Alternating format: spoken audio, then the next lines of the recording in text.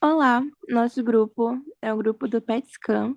Ele é formado por Maria Helena, Maila, Milena, Pedro e Bruna.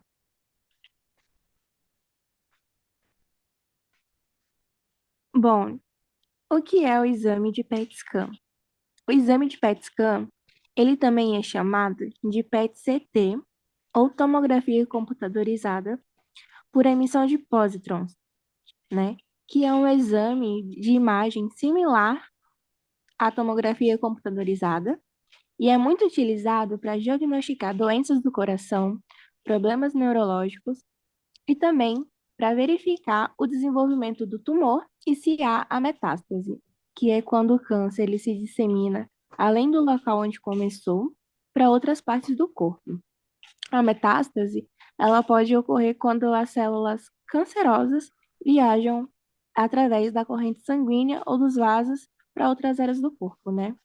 Bom, esse exame, ele é capaz de mostrar o funcionamento do nosso organismo através da administração de uma substância radioativa chamada de traçador, que é quando absorvida, né, emite uma radiação que é captada pelo equipamento e é transformada em imagem.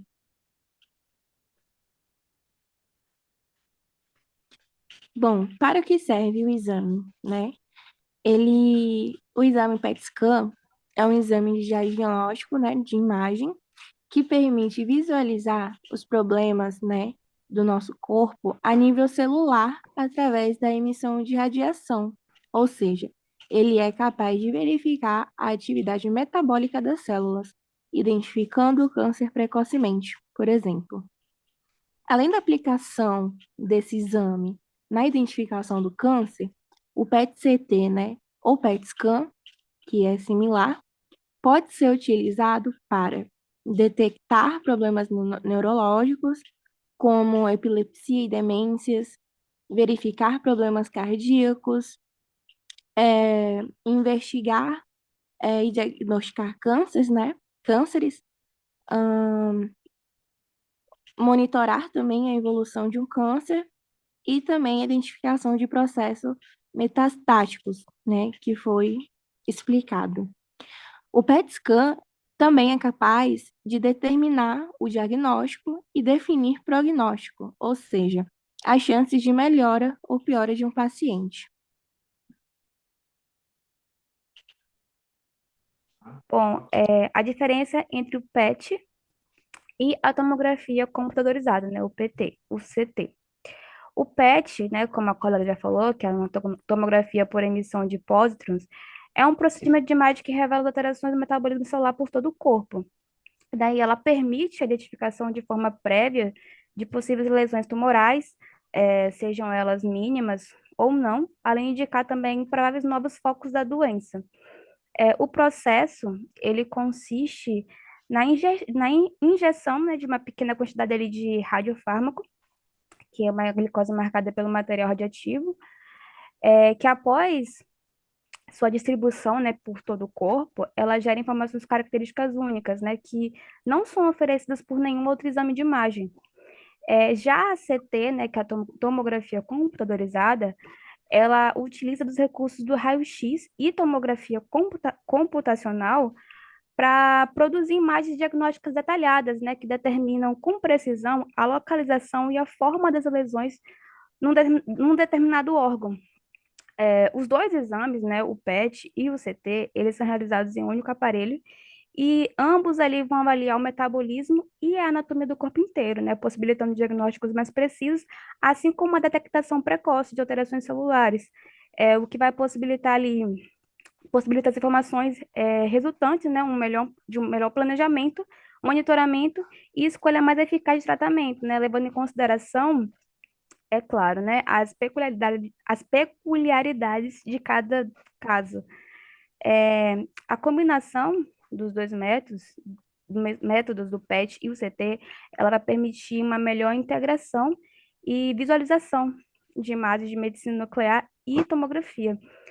Enquanto o PET, ele detecta atividades metabólicas com detalhes do nível de atividade celular do órgão, o CT, ele vai mostrar imagens detalhadas da anatomia interna, né, como a localização, o tamanho e formato do tumor, além do diagnóstico oncológico, né, mostrando como a utilização de ambos pode enriquecer, agilizar e ajudar na avaliação, ac- acompanhamento e tratamento de doenças neurológicas e cardiológicas. Então, basicamente, o PET scan, ele não combina a tomografia no exame, o que não traz ali o mesmo nível de detalhe e acurácia do PET-CT. O PET scan ele foi criado e desenvolvido em conjunto pelo médico Michael Phelps e o médico Edward Hoffman, e por volta do ano de 1973. O primeiro tomógrafo PET ele foi montado na Universidade de Washington e ele foi batizado pelo nome de PET, só que com dois T's em vez de um só, que é o que a gente conhece hoje em dia. Um, que significa Positron Emission Transaxial Tomography. E a sua segunda versão, essa primeira versão ela não teve sucesso, porque ela não conseguia reproduzir com exatidão os cortes transversais. Então, essa primeira versão não conseguia emitir essas imagens. E aí, nesse mesmo ano, esses médicos eles iniciaram um projeto de um segundo segundo PET. Já esse equipamento, eles eram testados em animais para obterem as imagens dos animais, né? E esse nome PET ele deixou de ser utilizado porque o aparelho ele começou a conseguir fazer outros tipos de cortes além dos transversais, então não tinha mais esse T, foi só PET, PET. E aí ele começou a ser utilizado em humanos com o surgimento só da sua terceira versão, que é a mais próxima que a gente tem do PET scan hoje em dia. E a função era medir o fluxo sanguíneo e metabólico com oxigênio e glicose. Os primeiros exames realizados pelo PET, eles geravam imagens de baixa qualidade. E, além disso, para realizar o exame, era necessário conter com a grande quantidade de profissionais da saúde, então, até outros profissionais. Então, tinha que ter médicos, químicos, físicos, para conseguir realizar só um exame. Então, assim, era um exame muito difícil de conseguir fazer. Precisava de muitas pessoas. Então, isso acabava prejudicando o processo. E aí, nos anos 80, conseguiram melhorar a resolução das imagens e elas se tornaram mais precisas. Aí, em volta de 1994, um estudo comprovou que o exame do PET ele era vantajoso para diagnosticar diversos problemas e doenças no corpo humano. E como um dos exames e é considerado um dos exames mais modernos e eficazes. Ele é capaz de evitar outros exames mais invasivos. Então, ele é muito utilizado, como já foi falado, nos casos de câncer e nos casos de diagnóstico de tumor. Então, em alguns casos, consegue substituir a biópsia pelo PET scan. Então, assim, não precisa de sedação, não é um processo tão invasivo para o paciente. Em 1998, entrou em operação na cidade de São Paulo o primeiro PET scan do Brasil. Então, hoje no Brasil, a gente tem várias máquinas de PET scan, mas a primeira a aparecer foi em São Paulo. Então, ela é muito utilizada e a gente já tem em várias cidades do Brasil as máquinas de PET scan.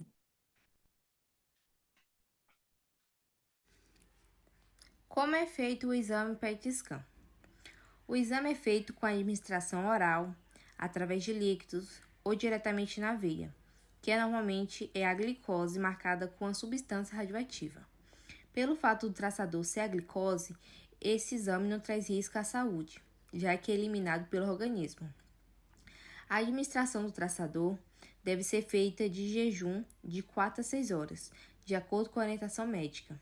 E o PET-CT é feito após 1 hora para dar tempo à substância radioativa ser absorvida pelo organismo e dura cerca de 1 hora.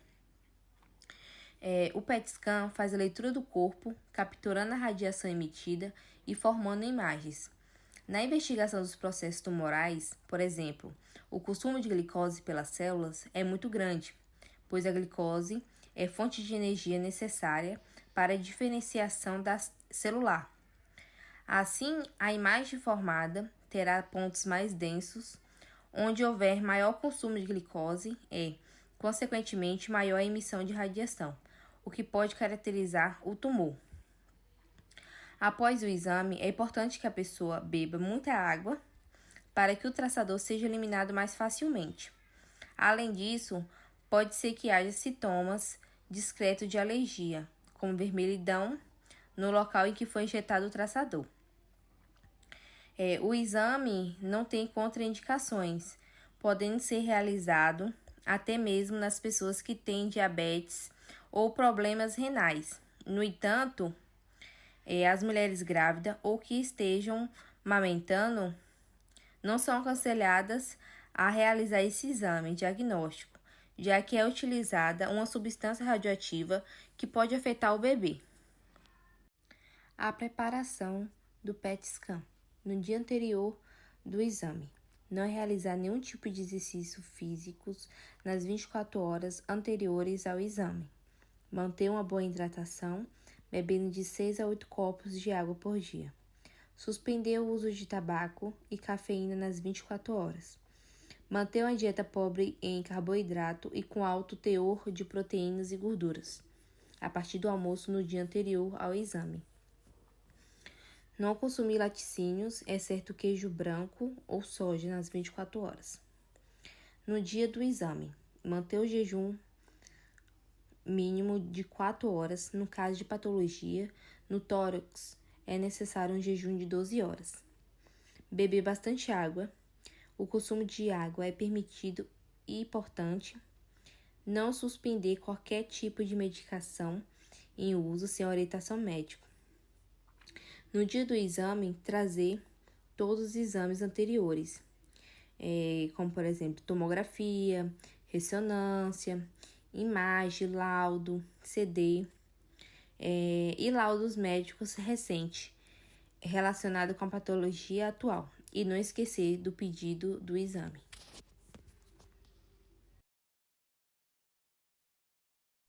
Bom, quando solicitar o exame, né, como está aqui no slide, o exame do PET scan ele pode ser indicado nas seguintes situações, né?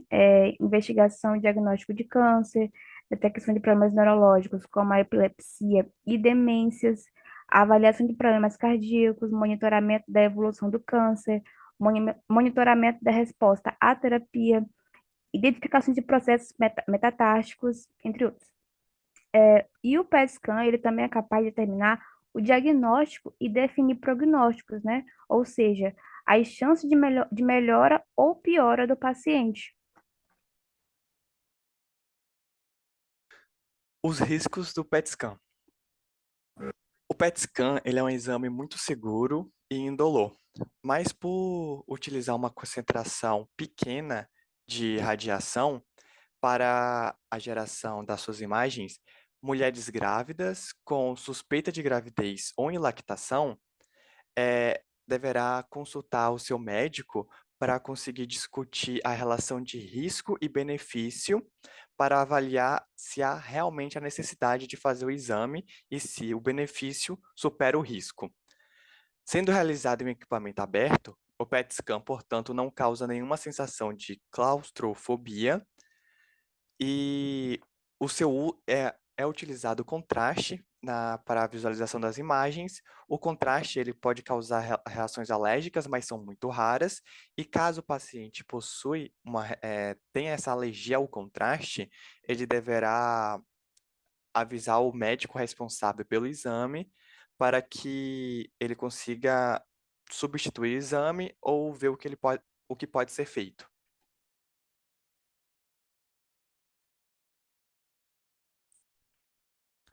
Quanto custa o exame? Apenas uma parte da população tem acesso a esse exame por se tratar de um procedimento muito caro. O valor estimado para ser realizado esse exame na rede privada está entre 3 a 4 mil. Mas quando a gente consegue colocar na balança o custo-benefício desse exame, a gente consegue superar um pouco o custo, já que a gente pode economizar recursos com uma escolha assertiva de um tratamento, já que as imagens são bem focadas e a gente consegue realmente saber como a gente vai progredir com um tratamento específico para aquele tipo de câncer. O PET scan ele pode ser associado com alguns outros exames para conseguir melhores resultados desses exames para o paciente. Então, isso se dá graças ao avanço da tecnologia médica que conduz a área a uma perspectiva em diagnóstico e tratamento das doenças. Então, com os equipamentos de diagnóstico por imagem, eles passam a se dialogar entre si e assim assim melhorando muito os resultados dos exames, porque um exame só pode ser realizado em vários aparelhos ao mesmo tempo, e são integrados em uma única plataforma. Então, fica muito mais cômodo para o paciente, porque ele só precisa fazer o exame uma vez, ele não precisa fazer vários exames. Então, ele faz aquele exame e pronto. Ali ele vai ter certeza que o resultado vai ser, vai ser certeiro e ele não vai precisar fazer vários outros tipos de exame ao mesmo tempo. Ele vem, essa combinação do PET scan é muito feita juntamente com o CT, né, que é a tomografia computadorizada, e a ressonância magnética. Aí, entre as inúmeras aplicações clínicas do PET-CT e PET-RM, destacam-se o excelente trabalho na detecção de patologias oncológicas e a visão global das condições clínicas do paciente. Proporciona um diálogo entre esses equipamentos, garantindo diagnóstico precoce de diversas condições, facilitando a escolha de um tratamento mais adequado e mais rápido. Então, como o paciente não vai precisar fazer vários exames, esse processo todo vai ser mais rápido e o tratamento pode começar ainda mais rápido. O PET é uma modalidade de diagnóstico por imagem que permite um mapeamento completo de substâncias químicas do organismo. Então, ele monitora os níveis de glicose nas células, que é uma fonte de energia imprescindível para o processo de reprodução celular. E isso tem a ver porque as células cancerígenas, elas utilizam muita glicose. Então, quando o câncer está em metástase, o exame vai conseguir identificar melhor se o paciente está com câncer ou não, porque essas células cancerígenas, elas utilizam muita glicose. Então, através desse mecanismo da glicose, que é possível identificar se a pessoa está com câncer ou não. Só que essa avaliação metabólica, ela é a parte do caminho para diagnosticar. Só que o problema é que só o PET, ele não oferece uma assertividade o bastante para confirmar as dúvidas sobre um câncer, porque outras alterações metabólicas podem causar um uso excessivo de glicose pelas células. Então, é importante que o médico ele utilize de outros exames para complementar. E aí que entra a tomografia computadorizada e a ressonância magnética. Enquanto o PET ele vai se encarregar das alterações funcionais do organismo, a tomografia computadorizada e a ressonância magnética elas vão se encarregar de trazer dados mais objetivos à avaliação clínica, como os registros de imagens da anatomia celular. Na prática mesmo, a tomografia e a ressonância, elas têm funções semelhantes, só que a dosagem de radiação, ela chega a ser até 80% menor no PET-RM do que no PET-CT. Então, além disso, a ressonância magnética, ela consegue identificar, além de identificar o tumor, né, o tecido, ele consegue identificar se aquele tecido daquele tumor é maligno ou benigno. Então, ele oferece melhores resultados para o médico. Além disso, esses equipamentos, eles oferecem duas faces de um mesmo diagnóstico. Sem integração, o paciente pode ter que realizar vários exames Para conseguir, então, vai ter que fazer o PET scan, a tomografia, a ressonância, raio-x, vários exames. E com essa integração dos três, é só um aparelho, o paciente faz uma vez só, então ele não vai precisar tomar contraste várias vezes, não vai ter que passar por todo o transtorno de ficar várias horas sem se alimentar e de nervosismo e tudo mais. Então, é tudo feito de uma vez só. Ah, e uma curiosidade sobre o PET scan é que a gravidade do tumor ela é avaliada com base na luminosidade de algumas partes do resultado. Então, quanto mais intenso o brilho nos resultados, então as imagens elas vão estar lá, e quanto mais intenso tiver o brilho das imagens, maior a atividade metabólica do tumor. Então, quer dizer que aquela célula ali do tumor, ela está usando mais glicose. Então, quanto mais glicose, mais forte vai ser essa luz. Então, se um paciente que possui câncer, ele já fez o tratamento com quimioterapia, e aí ele faz, que muitas vezes isso acontece, o paciente ele já sabe que está com câncer, e aí ele faz o exame do PET scan para saber se o câncer, o tratamento já conseguiu acabar com o câncer ou não. Então, depois de fazer a quimioterapia, ele vai fazer o exame do PET scan, e essa vai apresentar menos pouca luminosidade nos resultados. Isso significa que a quimioterapia está tendo resultados, então que o organismo do paciente está respondendo bem ao tratamento. Então, quando tem pouca luminosidade, significa que o câncer está em remissão.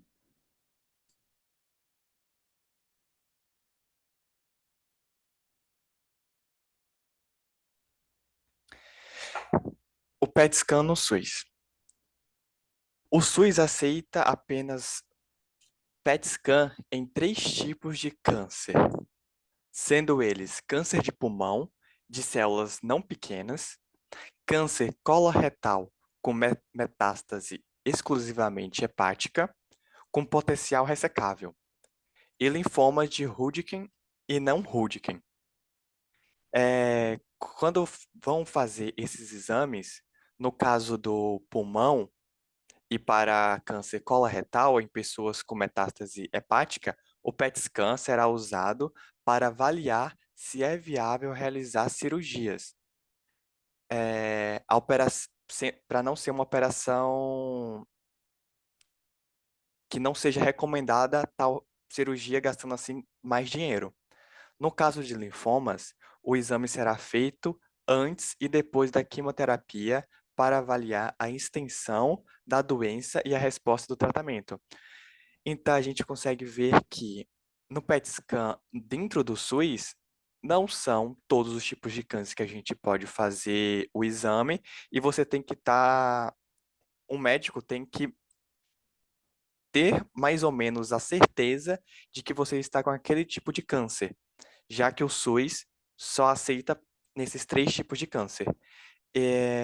Então, uma pessoa que está querendo fazer um exame no SUS para saber se ela tem algum tipo de câncer ou qual é o tipo de câncer dela, o SUS não vai aceitar esse procedimento, não vai aceitar que essa pessoa faça esse exame, a não ser que ela tenha um câncer de pulmão, coloretal ou o linfoma de Hodgkin.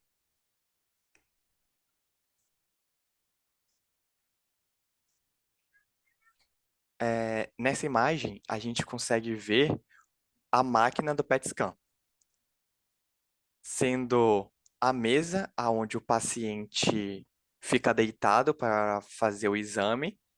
A gente pode ver que o equipamento é completamente aberto, então não tem risco da pessoa ter uma crise de claustrofobia e, e querer sair no meio do procedimento. A gente consegue ver o monitor aonde vai ser mostrado a imagem que está sendo gerada naquele momento, a máquina aonde é feito todo o procedimento, toda a radiação, todo o mapeamento, e a pessoa é inserida dentro da máquina e passando para que ela consiga ver todo o seu corpo ou apenas uma parte específica dele.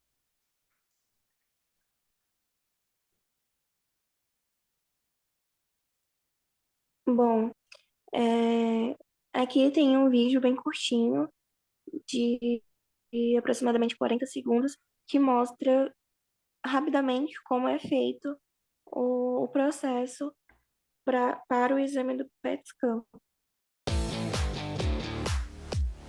PET scan. O PET scan também é uma modalidade de diagnóstico por imagem, através da realização da injeção endovenosa do radiofármaco FDG18. Esse exame permite a visualização da anatomia do corpo humano e alterações do organismo. Isso pode ser a chave para o diagnóstico precoce do câncer e de doenças neurológicas. A Cruz Azul, pensando na responsabilidade e sustentabilidade socioambiental, disponibiliza os laudos dos exames de forma digital, diretamente no consultório médico via sistema informatizado ou mesmo aos pacientes através de mídias.